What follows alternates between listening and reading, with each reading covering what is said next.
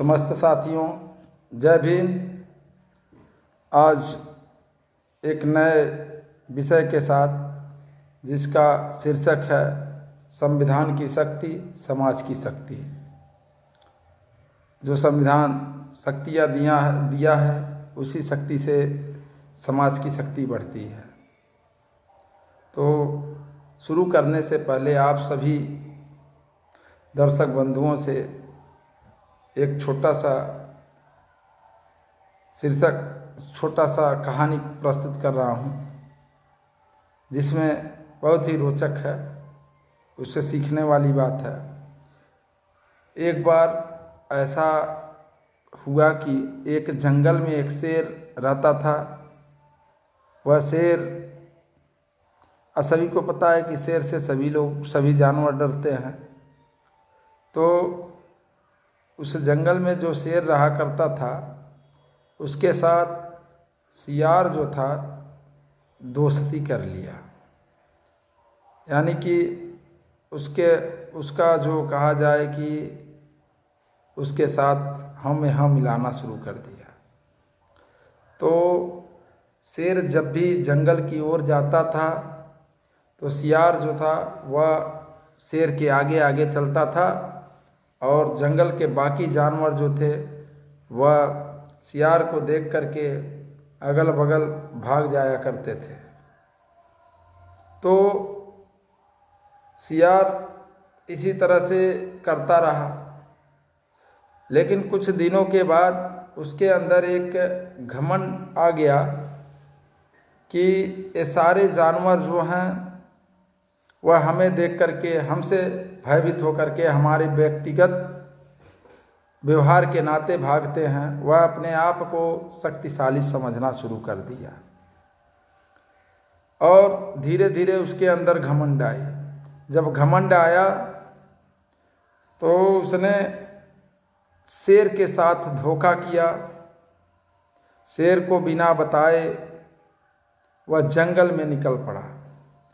ज्यों जंगल की ओर पहुंचा, कुछ दूर पहुंचते ही कुछ जानवर उसको देख करके भगे, लेकिन कुछ समय बाद सभी जानवरों ने देखा कि उसके पीछे शेर नहीं है।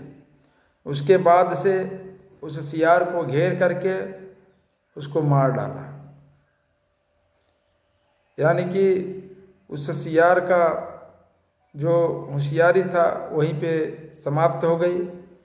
यानी इस प्रसंग का मतलब है कि जिस तरह धूर्त सियार का घमंड उसकी भूल और विनाश का कारण बना, उसी प्रकार हमारे समाज ने भी उस शक्ति का मूल स्रोत, भारत के संविधान निर्माता, बहुजनों के मुक्तिदाता बाबा साहेब अम्बेडकर को भुला दिया गया, जिसने हमें सशक्त बनाया, शक्तिशाली बनाया। हमारी ताकत भारत के संविधान में निहित है, जिसकी जड़ों में बाबा साहब डॉक्टर भीमराव अंबेडकर का हृदय विदारक जीवन संघर्ष है। बाबा साहब अंबेडकर की जड़ में छत्रपति साहू जी महाराज की जड़ में राष्ट्रपिता ज्योतिबा राव फूले हैं। अर्थात बाबा साहब अंबेडकर का विचारधारा का निर्माण छत्रपति साहू जी महाराज और राष्ट्रपिता ज्योतिबा राव फूले की सामाजिक क्रांति पर आधारित है। आपको पता होगा 26 जनवरी 1950 को जब यह महान संविधान अस्तित्व में आया, उसने न केवल हमारे समाज का भविष्य बदला, बल्कि भारत के नक्शे को भी नया आकार दिया। यह दुनिया की सबसे ऐतिहासिक घटना थी, जहां सदियों से पीड़ित, शोषित, वंचित समाज को भी राजा बनने का अधिकार मिला। तो इसलिए हम कहना चाहेंगे कि जो संविधान है वह समाज की अस्तित्व को बदल दिया। आपको पता होगा कि आज जो हमारे अंदर स्वाभिमान है वह संविधान से है। सोचिए, जिस समाज को जानवर से भी बदतर माना जाता था, जानवर भी नहीं पूछते थे, उस समाज में संविधान ने मान सम्मान और स्वाभिमान पैदा किया। दूसरा, जिस समाज को स्कूल से भी पढ़ने का अधिकार नहीं था, उस समाज में संविधान ने कलेक्टर बनाने का प्रावधान किया। जिस समाज में कोई झाड़ू मारने के लिए नौकर भी नहीं रखता था, उसे समाज में संविधान ने संसद विधायक पैदा किया। जिस समाज को गले में हंडी और कमर में झाड़ू लटकता था, उस समाज के गले में टाई, कमर में बेल्ट लगाया गया। किसके द्वारा? संविधान के द्वारा। जो समाज सदियों से जंगलों में भटकते थे, उस समाज को संविधान ने बंगलों में लाया। साथियों, संविधान ने हमें शिक्षा, सत्ता, संपत्ति आदि का मालिक बनाया और उच्च शिक्षा पाकर हमारा समाज शक्तिशाली हुआ। लेकिन दुर्भाग्यवश यह ताकत केवल परिवारों तक सीमित रहा। समाज के कुछ लोग सियार की तरह इस भ्रम में जीने लगे कि उनकी व्यक्तिगत शक्ति ही उनकी पहचान है, जबकि असली ताकत संविधान की उस शक्ति में है जो बाबा साहब ने हमें दी थी। तो संविधान की रक्षा हमारी सामूहिक जिम्मेदारी है। बाबा साहब ने अपने परिवार का बलिदान देकर हमें वो अधिकार दिए जिनकी हमारे पूर्वज कल्पना भी नहीं कर सकते थे। उनका यह उद्देश्य केवल अधिकारों की प्राप्ति से पूरा नहीं होता, बल्कि संविधान में निहित अधिकारों को समाज के अंतिम व्यक्ति तक पहुंचाना भी हमारी जिम्मेदारी है। बाबा साहब का मंत्र हुआ करता था, शिक्षित बनो, शिक्षित बनो। आप सभी लोग सुनते होंगे कि शिक्षित बनो, शिक्षित बनो। आखिर शिक्षित का मतलब क्या है? शिक्षित, वहाँ बाबा साहब ने शिक्षित का प्रयोग क्यों किया? तो इसलिए किया, उन्होंने बताया शिक्षित बनो का अर्थात, यानी कि शिक्षित बनो का मतलब होता है, अर्थात कि हम कह सकते हैं बुद्धिमान और जागरूक बनो, दोस्त दुश्मन की पहचान करो, सच को सच, झूठ को झूठ बोलो। दूसरा उन्होंने कहा संगठित रहो।